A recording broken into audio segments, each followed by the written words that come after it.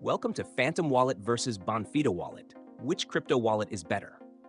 Links to both wallets are in the description below. In this video, we'll compare Phantom Wallet and Bonfida Wallet, examining their features, usability, security, and which users would benefit most from each. Phantom Wallet is a popular non-custodial software wallet designed for the Solana blockchain. It's built with ease of use in mind, offering a smooth and intuitive experience for both beginners and advanced users. As a browser extension and mobile app, it allows users to interact with dApps, decentralized exchanges, DEXs, and Solana-based NFTs effortlessly. Key features of Phantom include full control over private keys, in-wallet staking for Solana, SOL, and seamless integration with popular Solana-based services. If you're involved with Solana's growing ecosystem, Phantom is an excellent choice for managing your assets with simplicity and convenience.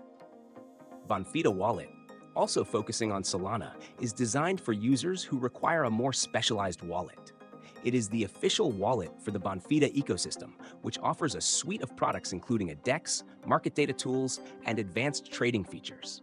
Bonfida provides a more robust interface for users involved in trading and DeFi applications on the Solana network.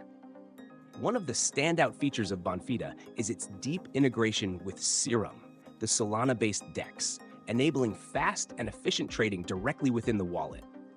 Additionally, Bonfida offers features like API access for developers, making it an ideal choice for advanced users who want more control and functionality when interacting with Solana-based projects.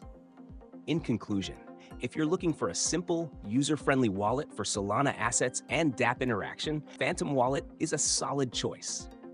On the other hand, if you're more of an advanced user, a trader, or heavily involved in the Bonfida ecosystem, Bonfida Wallet offers deeper integration and advanced features. For more details, check out the links to both wallets in the description below.